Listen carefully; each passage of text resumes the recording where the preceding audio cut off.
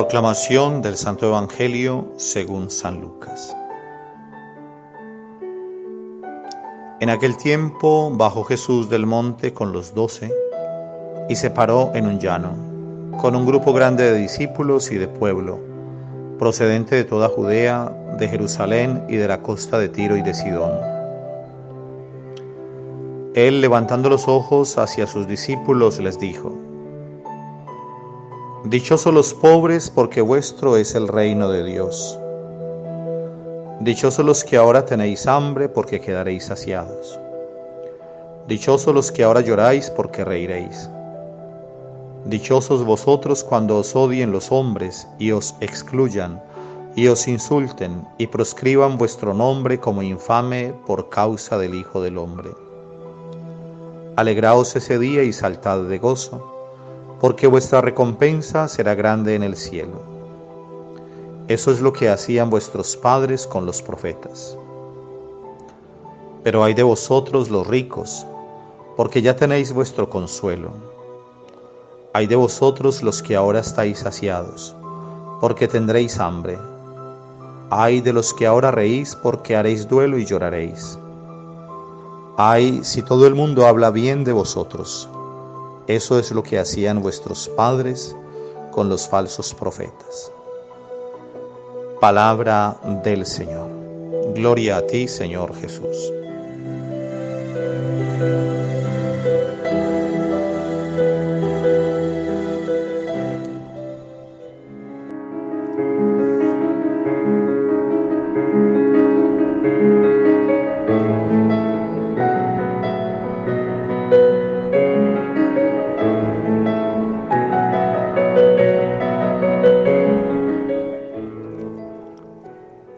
Queridos hermanos, nos encontramos de nuevo en este sexto domingo del tiempo ordinario para reflexionar sobre lo que la palabra del Señor nos quiere decir a cada uno de nosotros.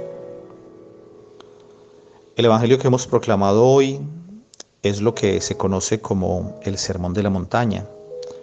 Bueno, realmente en el Evangelio de Mateo es donde se nos dice que Jesús dijo las bienaventuranzas en un monte. En Lucas es después de que Jesús baja del monte y llega a un lugar llano, a una llanura. Pero aparece también aquí nombrado el monte, ¿no? Jesús baja del monte. El monte en la Biblia es el lugar privilegiado para el encuentro con Dios. Es verdad que Dios está en todas partes, pero en la Biblia los montes tienen una connotación especial. Fue en el monte Sinaí donde el Señor hizo la alianza con el pueblo de Israel, dándoles las tablas de la ley.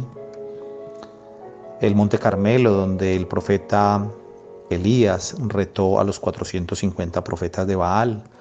Elías, que en ese momento de la historia del pueblo de Israel era el único profeta que adoraba al Dios verdadero, a Yahvé.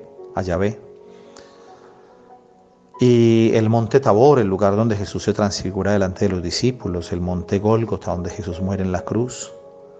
Y ahora este monte de las bienaventuranzas.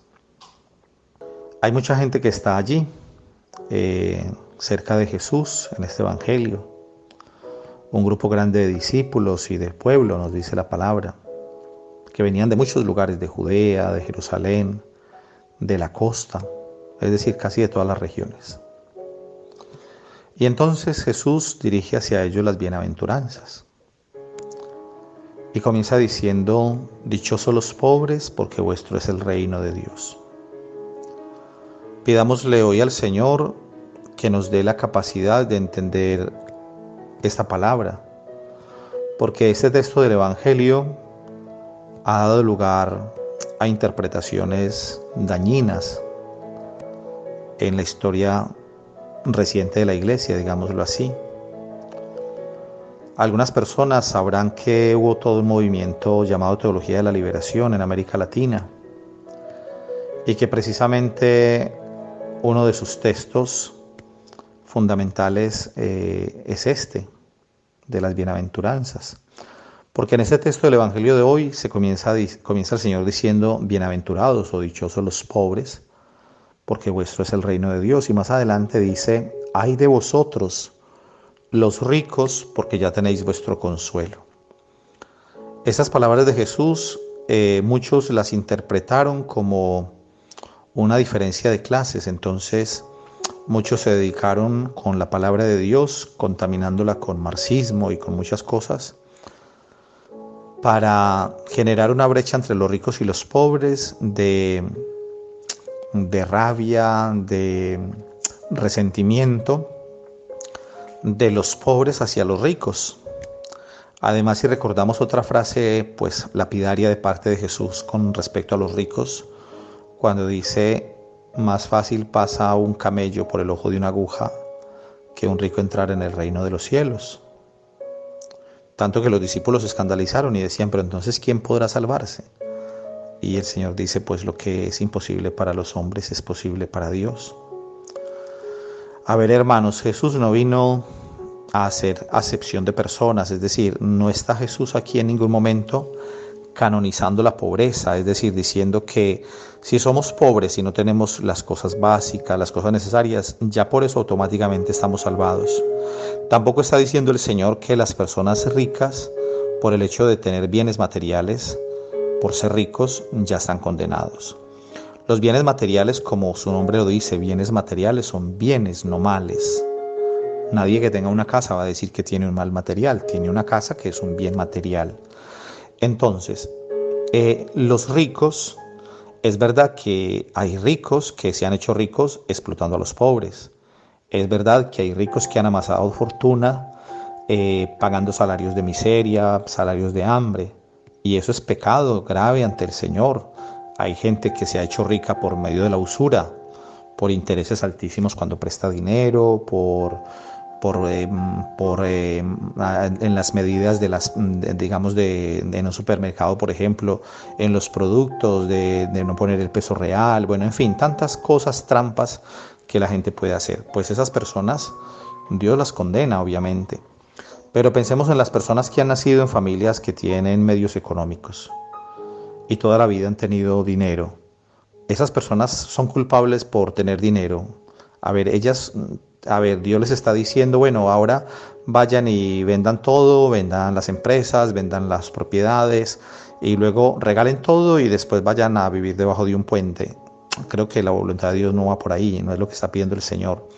En la historia de la iglesia vemos algunos casos particulares, como San Antonio Abad, que es padre del monaquismo oriental, ¿no?, en Egipto, que sintió un texto del Evangelio donde decía: ve y vende todo lo que tienes y dalo a los pobres y después ven y sígueme. Pues él sintió esa vocación ahí concreta, el Señor le dio esa inspiración y esa persona hizo un camino de santidad.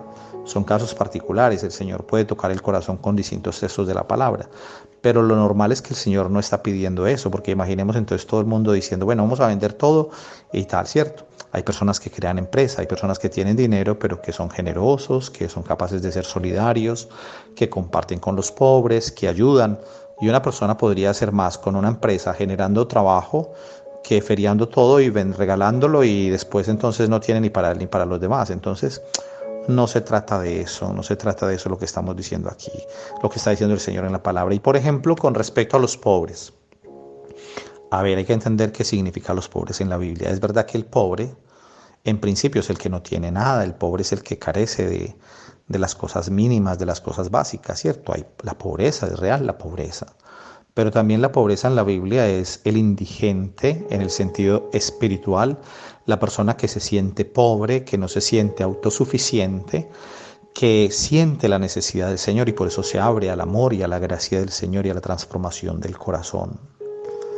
El problema de muchos en la interpretación de este pasaje del Evangelio fue pensar: bueno, hay que trabajar por los pobres, hay que buscar que ellos tengan condiciones de vida mejores, hay que buscar que haya justicia social. Bien, sí, hay que trabajar por los pobres. Jesús mismo también en el Evangelio de Mateo nos va a decir al final: vengan a mí, benditos de mi Padre, porque estuve desnudo y me vestisteis, tuve hambre y me diste de comer, estuve en la cárcel y me visitaste. Bueno, es decir, lo que hicimos con los hermanos lo hicimos con el Señor. Y también dirá: apartaos de mí los que te hicieron el mal, porque tuve hambre y no me disteis de comer, estuve desnudo y no me diste y no me vestisteis, estuve sediento y no me disteis de beber. Es decir, que seremos evaluados en el amor, claro. Es decir, que hay que ayudar a los pobres, claro que sí. son nuestros hermanos y ahí está Cristo sufriendo. Pero no podemos hacer una ideología de la pobreza, porque también existen personas que aún en medio de su pobreza son egoístas y que no comparten. ¿Cuántas veces hemos visto realidades, por ejemplo en nuestro país Colombia, donde en alguna catástrofe o en alguna que ha pasado en algún barrio o en un momento de pronto de inundaciones o de deslizamientos de tierra, de lluvias o de un incendio en una casa, cuando los dueños de casa llegan y son barrios pobres, han llegado, han encontrado que lo poco que quedaba lo habían saqueado, la misma gente se les había robado las cosas.